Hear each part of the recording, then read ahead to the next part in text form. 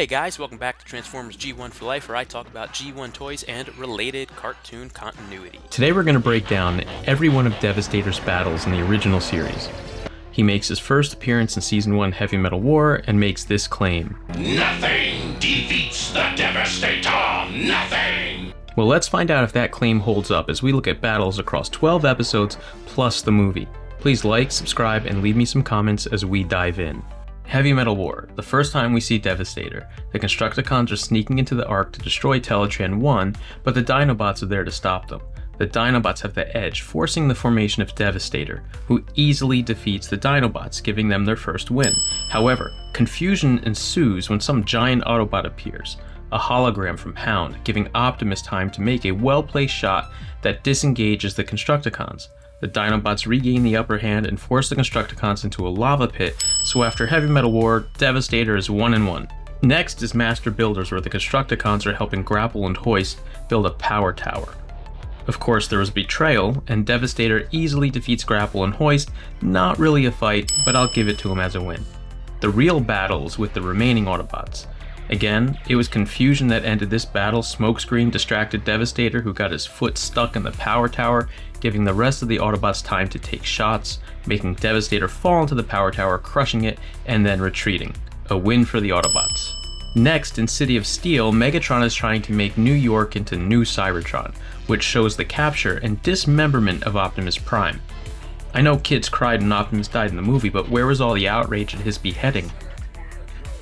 He was eventually rescued and put back together, and in a scene from King Kong, Devastator grabs Optimus, carries him to the top of the building, but with the help of appendage telekinesis, Optimus shoots Devastator again, causing him to go crashing down and losing. Another loss for Devastator. Next time we see him is Desertion of the Dinobots.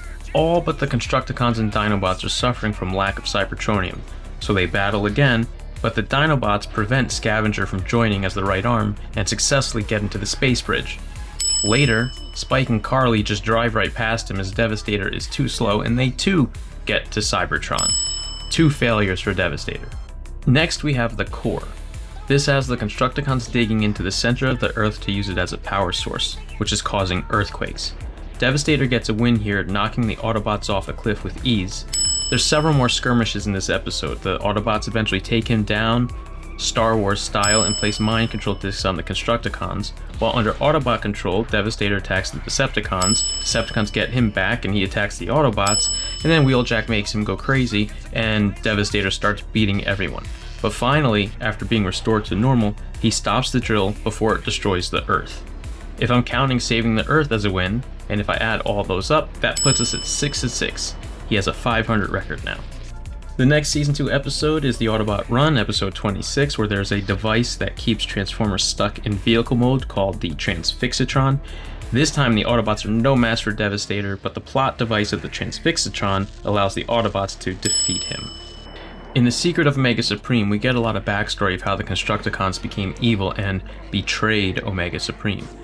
Devastator successfully defeats Omega, almost making him succumb to the Robo-Smasher, which is what Megatron used to make the Constructicons evil. But this was millions of years ago. If we go back to the 1980s present, Omega was getting revenge before Optimus ordered him to save Earth. Another defeat for Devastator, but 1-1 against Omega. Triple Takeover has the Triple Changers breaking away from Megatron. The Constructicons help them build a base, but in typical act of Decepticon betrayal, Blitzwing doesn't agree to the deal of letting the Constructicons have some leadership. So Devastator smashes the Triple Changers, Megatron, and Starscream, but ultimately the battle becomes a stalemate. For the first time, we end in a draw. We next see a new combiner team in Starscream's brigade, where Starscream creates the Combaticons, and this is the first episode where we see Devastator battle another combiner. Well, Devastator loses to Bruticus, and it's actually Menasor that defeats Bruticus. The movie came next. Devastator is instrumental in the attack on Autobot City. He easily tears apart the city, putting the Autobots on the run. The Dinobots are dispatched, but they are no match for Devastator, who even makes Sludge's eyes pop out because he hit him so hard. That's a victory during the attack of Autobot City. Devastator appears again a little bit later on inside Astro Chain. This time Rumble and Frenzy knock him over. Short appearance, but he formed and was quickly defeated. Immediately following the movie, we have 5 Faces of Darkness Part 1. The Decepticons are defeated and weak without Energon, so they are fighting each other for scraps. As Devastator, the Constructicons figure they have a better chance of getting Energon, but they can't even keep themselves together. Menasor quickly stops Devastator, no contest. Continuing with the Season 3 episodes, we have Carnage in C minor, which is an episode that had lots of weird animation stuff going on, like Devastator being the same size as Soundwave. Battle 1 has Broadside just crushing him, so battle lost.